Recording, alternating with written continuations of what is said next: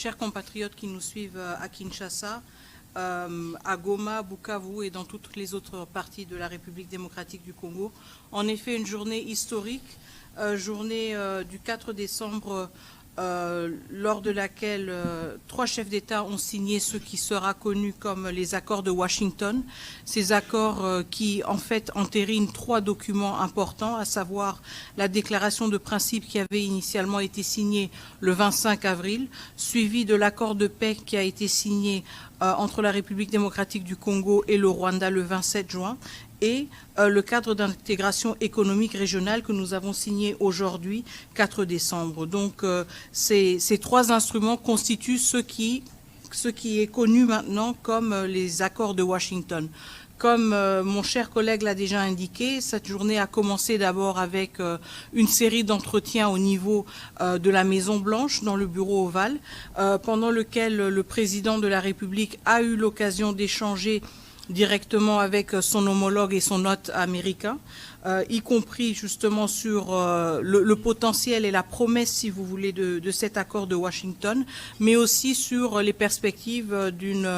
d'un partenariat bilatéral renforcé entre les États-Unis d'Amérique et la République démocratique du Congo. Après ce passage à la Maison-Blanche, nous avons donc ensuite eu la cérémonie de signature que beaucoup d'entre vous ont pu suivre en direct, pendant laquelle justement une déclaration a été signée par les 3 chefs d'État, à savoir donc le chef d'État, notre président de la République évidemment, Félix-Antoine Tshisekedi Tshilombo, mais aussi le président Trump et le président du Rwanda. Et donc avec cela entre en vigueur, si vous voulez, l'accord de Washington. Je pense que ce qui est important à retenir aujourd'hui, c'est que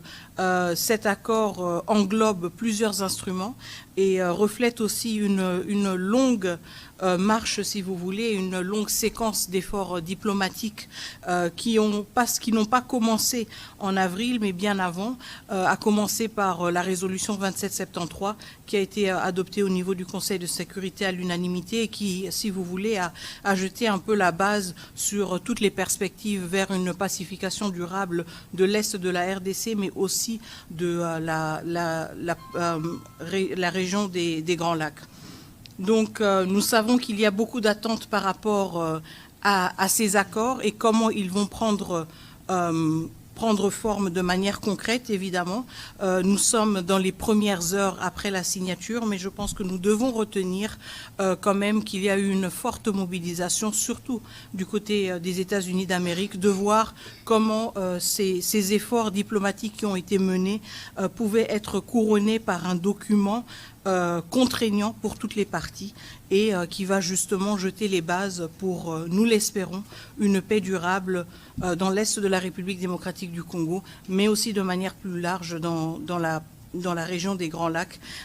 et de cette manière aussi ouvrir la perspective vers une réconciliation des peuples, un rapprochement des peuples, mais aussi une plus grande intégration économique.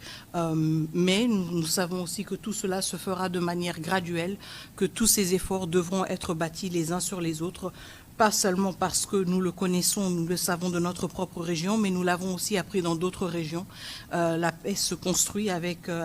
du sérieux, avec du temps, avec de la rigueur. Et ceci a été la posture de la République démocratique du Congo dès l'avènement du président de la République